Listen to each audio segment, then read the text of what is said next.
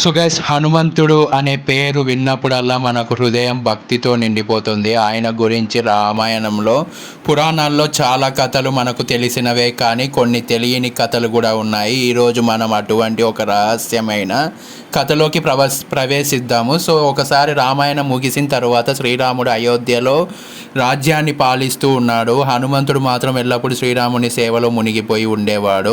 ఒకరోజు రాముడు అందరి వానరులని పిలిచి, ఇప్పుడే మీరందరూ మీ మీ లోకాలకు వెళ్ళి విశ్రాంతి అయితే తీసుకోండి అని అన్నాడు. అందరూ వెళ్ళిపోయారు, కానీ హనుమంతుడు మాత్రం మౌనంగా అక్కడే ఉండిపోయాడు. సో శ్రీరాముడు మన చిరునవ్వుతో హనుమ నువ్వెందుకు వెళ్ళలేదు అని అడిగాడు. దానికి హనుమంతుడు తల వంచి, ప్రభు నేను ఎక్కడికి వెళ్తాను, మీరు ఉండే చోటే నా లోకం అన్నాడు. ఈ మాటలతో రాముని కళ్ళల్లో ఆనంద బాష్పాలు మెరిశాయి.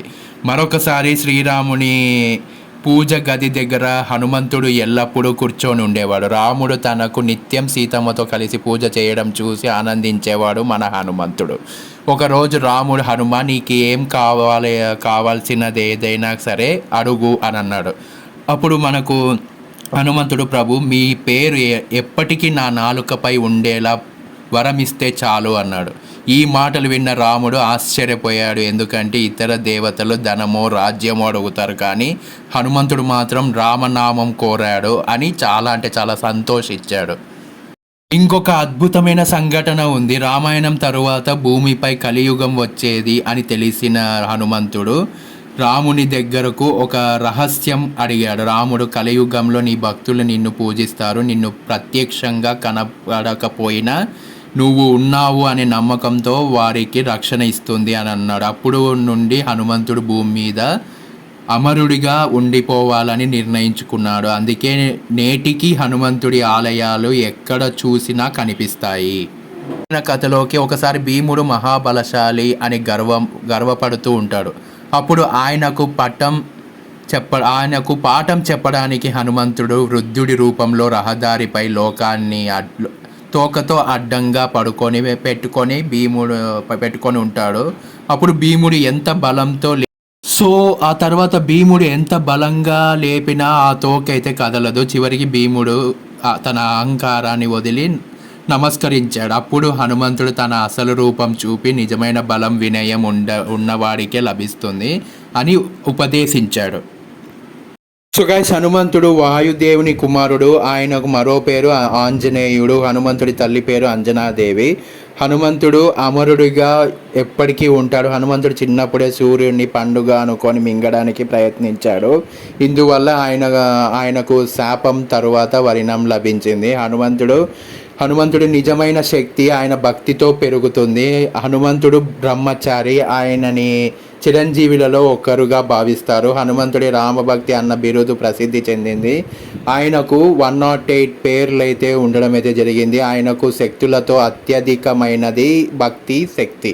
హనుమంతుడు కేవలం రాముడికే కాదు, సీతమ్మ కూడా ప్రియమైనవాడు. సీతమ్మ ఆయనను తన కుమారుడిగా భావించింది. హనుమంతుడు రామాయణంలో లంకా దహనం చేశాడు. సో ఆయన తనలో తోకతో లంకను తగలబెట్టాడు. హనుమంతుడు సీతమ్మను అశోక వాటికలో మొదటిసారిగా చూశాడు. సీతమ్మకు రాముడి విశ్వాసాన్ని ఇచ్చాడు. హనుమంతుడు సూర్యుడిని గురువుగా చేసుకున్నాడు. హనుమంతుడు అతి వేగంగా వెళ్ళడం ఆయనకి వెన్నతో పెట్టిన విద్య. ఆయనని మారుతి అని కూడా పిలుస్తారు. హనుమంతుడి గద మహాశక్తివంతమైనది. రాముడి యుద్ధంలో హనుమంతుడి సహాయం వల్లనే విజయం సాధించాడు. హనుమంతుడు పర్వతాన్ని ఎత్తి ఔషధాలు తీసుకొచ్చాడు.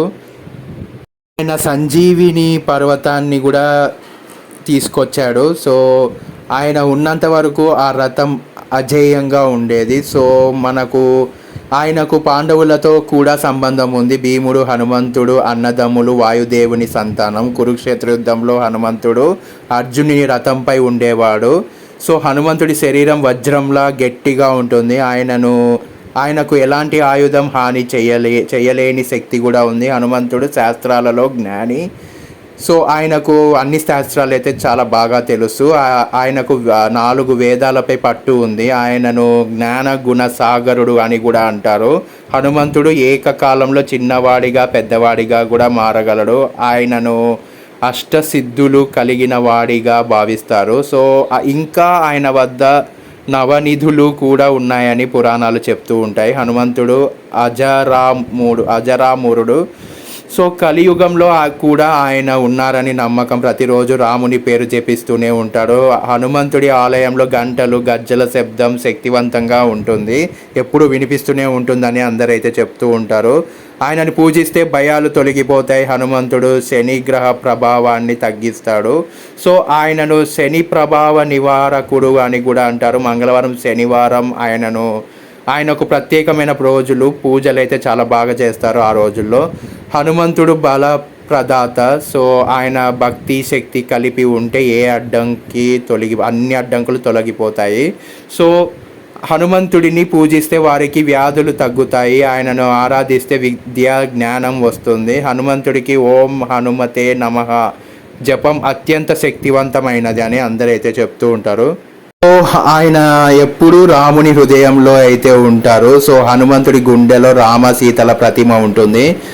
హనుమంతుడు చిన్నప్పటి నుంచే దివ్య శక్తులు కలిగిన వాడు. హనుమంతుడు బ్రహ్మ విష్ణు శివుని ఆశీస్సులతో ఉన్నాయి. సో ఆయనను శివుడు అవతారంగా కూడా భావిస్తారు. హనుమంతుడు బజరంగ బలి అనే హిందీలో కూడా పిలుస్తారు. ఆయనను పూజిస్తే చెడు శక్తులు దూరం అవుతాయి. హనుమంతుడు సూర్యుడి వద్ద విద్య నేర్చుకొని తర్వాత వందనం ఇచ్చాడు. సో ఆయనను భక్తులు రక్షణ ప్రధాన ధ్యేయం. సో ఆ భక్తులకు ఏ ప్రాబ్లం వచ్చినా కూడా ఆయన అయితే ఖచ్చితంగా రావడం అయితే జరుగుతుంది. ఆయన శక్తి స్వరూపుడిగా భావిస్తారు. హనుమంతుడు యోగేశ్వరుడు. ఆయనను హనుమాన్ చాలీస పఠనం అత్యంత ప్రతీకారమైనది. సో ఇంకా తెలుసుకోవాలంటే wait for another part. And ఈ వీడియో మీకు నచ్చినట్టయితే ఖచ్చితంగా లైక్ చేయండి అండ్ మర్చిపోకుండా షేర్ చేయండి. హనుమంతుడి గురించి అందరూ తెలుసుకోవాలి కాబట్టి. హనుమాన్ లవర్స్ ఎవరైనా ఉంటారు కదా, హనుమాన్ డివోటీస్, సో వాళ్ళకైతే ఈ వీడియోని అయితే షేర్ చేయండి. అండ్ ఎలా ఉంది ఈ వీడియో అనేది కామెంట్ చేయండి. అండ్ మర్చిపోకుండా డ్రీమ్ బాయ్స్ 94 ఛానల్ సబ్స్క్రైబ్ చేసుకొని బెల్ ఐకాన్ క్లిక్ చేసి ఆల్లో పెట్టుకొని ఫర్దర్ వీడియోస్ మిస్ అవ్వకుండా చూడొచ్చు.